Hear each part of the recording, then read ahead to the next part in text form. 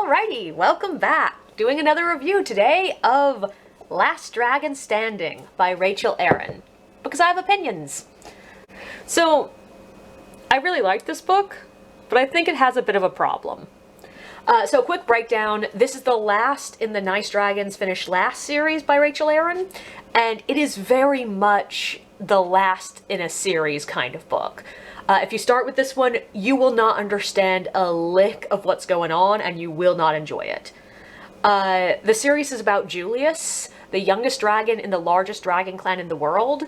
In this world, dragons have two forms, human and giant fire-breathing lizards.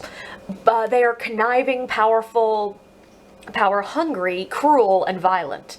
But Julius is none of those things. He's nice. He likes making friends and making other people happy. In the first book, he gets kicked out of his family's mountain because he just isn't being a dragon enough, and ends up making friends with a human named Marcy. The world here is basically a what if magic suddenly came back to a modern world kind of adventure thing. So we've got tech, cell phones, jets, the internet, and we have wizardry. But the return of magic happened relatively recently. I think it was like 20-ish years ago, meaning that the current generation of young adults are the first to grow up with magic.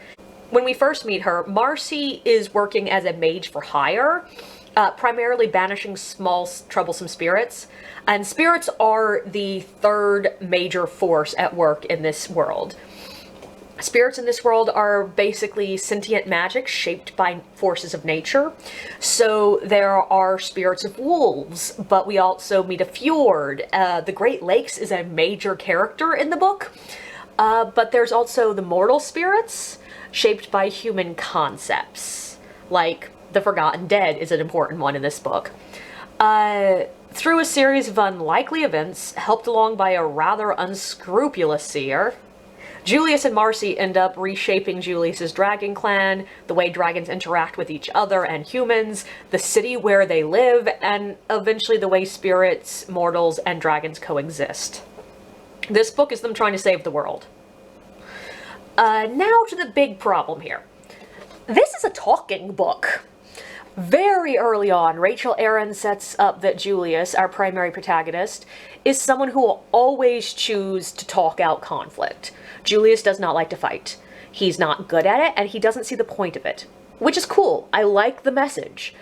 But this is a series that Aaron sets up as having opposing sides with serious existential problems with each other. Like, oftentimes, one camp fully believes they cannot exist while the other camp lives. And in certain ways, they're a little bit right, which is cool. It means that there are very big stakes in this series. But to get two sides that literally see each other as apocalyptic to find a mutually agreeable solution, it's not something that any character can believably do in 1 or 2 pages of dialogue.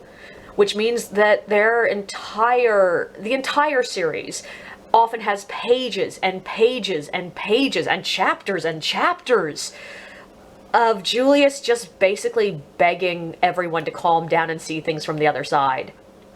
Which personally I found it as exhausting as if I were the one in the arguments. Also, because a lot of the conflicts in this series have to end up being conflicts of opinion, because that's the only way that talking will fix anything, you sort of know where we're going to end up before the argument begins. A lot of times you're sitting there agreeing with Julius, like, before anyone starts talking. Which means there are sections where you're just slogging through arguments that you already agree with. The upside is I have never felt as intense relief when reading as when I reached the end of a couple of these arguments. Like, it felt like I had accomplished something just by getting to the end of them. But it sort of drags in a couple of the books. And this one is very much one of those. It very much starts to drag. Over half of this book is Julius trying to convince pretty much everyone in the world to try one desperate plan. Then the fulfillment of that plan takes 2 very short chapters. And I kept thinking as I was reading those sections, this isn't a separate book. I really think this book should have been heavily trimmed and tied onto the end of the previous book. This really felt like the latter half of Dragon of a Different Color, which is the penultimate one in the series. And I mean, I understand why it wasn't even heavily trimmed. That would have made that book over 700 pages in relatively small print. That's a hard sell and a hard read. My hands would have gotten tired holding it up. And I suspect that Rachel Aaron would have felt dishonest to her own characters if she hadn't taken the time to map out how Julius and Marcy get everyone on board. But in the end, it still sort of felt like I didn't need to read much of that section. That being said, when we got the resolution, even though a good bit of it was still just talking, it felt so satisfying. And the bit of really active action, it is the perfect putting your money where your mouth is kind of moment. I couldn't put the book down for the last 40 pages. It felt like the perfect end of the series. And that's a big thing for me because I tend to be unsatisfied with the ends of series. And because I tend to dread the end of series being a big letdown, I tend to avoid reading the last book of any series. It's part of the reason I like omnibus editions. It's far easier for me to just keep reading the same book than to pick up another, which is also why this book sat on my shelf for a couple of years waiting for me to actually read it. Actually, I didn't even order it. This book was out for the longest time before I ordered it, just because I was afraid it was going to be a letdown. And I just couldn't not be happy for each of the major characters and how they ended in this book. It felt right. Where I think Rachel Aaron is her strongest is in building characters and overthinking concepts. And yes, I do mean those both positively. First, I just love her characters. I love Julius. I love Marcy. I adore Bob and Amelia and Chelsea and Ghost and even Justin. I want them to be happy. And they feel very real. They feel like they have real needs and desires, and that their flaws are not just painted on to add shades of gray. They feel uber alive the way the best cartoon characters do. And her concepts? What I like about them is the fact that Rachel Aaron takes sort of cliche concepts, like magic works by manipulating the spirits of inanimate objects, or magic is like water flowing through all of us and washing through a rain cycle, or like futures are set and we just have to choose between them. And she just chases the ideas a bit further than most authors would. She follows it from a simple metaphor, magic is like water, to if magic is like water, then it has to flow into a sea. And if magic is part of what gives people life, then enough of it on its own would probably act an awful lot like a living creature.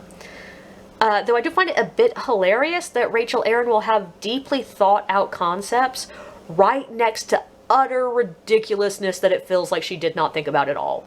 Like the daughter of Quetzalcoatl is named Bathsheba, and Bathsheba, who imagines herself as an Aztec goddess, then had children named Amelia and Chelsea. Like, what? And the names for her kids follow the alphabet. Like, she has a generation of, like, one batch of kids named A's, another batch of kids named B's, another batch of kids named C's. And that's cool, whatever, that's an interesting concept. But the English alphabet? When most of these kids were born either before the dragon even got to our world, or when they are acting as Aztec gods? It felt an awful lot like many of the names were placeholders that the author then got attached to and just refused to give up. And on the other side of that, many of the other names feel a bit like she just flipped through a history book looking for cool names. And even though that occasionally had me making faces, it does prevent the series from becoming too heavy, too serious. And I love the fact that even when the world is ending, she does manage to keep the series playful. Overall, I consider the series well worth the slog, but I feel obliged to warn you, there are moments of slog. And don't start here, start with Nice Dragons Finish Last.